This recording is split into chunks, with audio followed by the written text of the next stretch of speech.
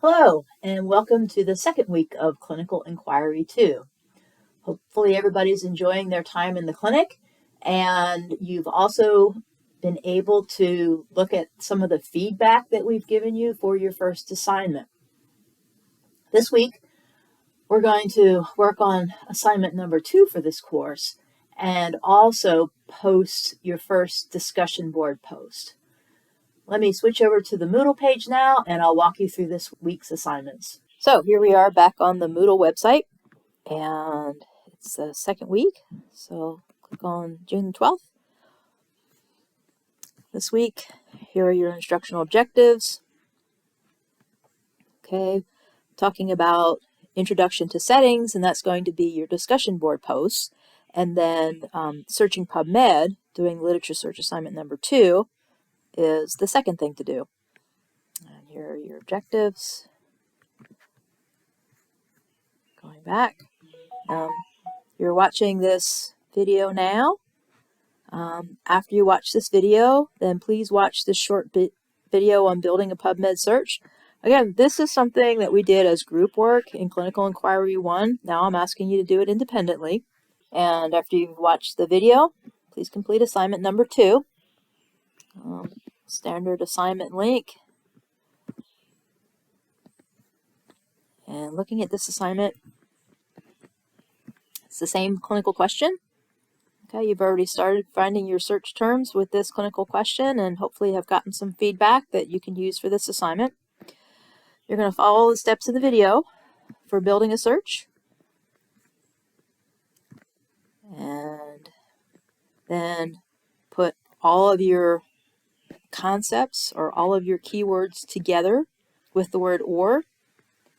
Okay, and then finally search PubMed with all of your concepts combined with and properly. What I'm asking you to do here is just shown in the video. Give me your search number. Your query is what you actually put in for the search and the number of hits that you got, number of results.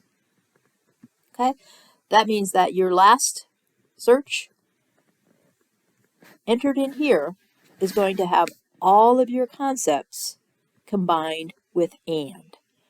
And being able to set your delimiters, that would be helpful. And then you're going to record the number of results, and hopefully you'll get somewhere in the realm of about 25 or so. That's kind of a goal to shoot for. Here's the grading rubric for this assignment. We are asking that you incorporate your instructor feedback from assignment number 1 and use it in assignment number 2. It appears that there were multiple individuals who used keywords that weren't exactly similar to the main keyword from the clinical question. So please go back and find other keywords that are more appropriate. Also, there were others who didn't use mesh terms that were the best possible fit for the mesh terms. They were more generic than specific for the question. So 10 points is awarded if you go back and use that feedback. If you do everything combined properly with or, asterisks were appropriate. Again, that's talked about in the video. Quotation marks were appropriate. Mesh term with the proper syntax for mesh term. Performing the search with each concept, and then finally everything combined with and as the Boolean operator is the final requirement for this assignment. Okay, and hopefully, like I said, this is sort of a review, but everybody's doing it by themselves this time. Okay, finishing assignment number 2. Go ahead and have that submitted by next Saturday. And then finally, the last thing you're going to do is post to discussion board number 1. To post to the discussion board, let's say you're in acute number 1 group. Here is the discussion board post for acute number 1. Now that you've had a week of work in the clinic, create a post that answers the following questions. And remember, we are expecting that everyone here answer all of these questions. Realize that there are 7 questions here. Please answer all of them for full credit on this assignment. And they should be pretty easy questions for you to answer at this point, having worked in the clinic.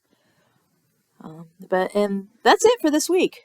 So hopefully all things are going well in the clinic for everyone, and you're enjoying your work.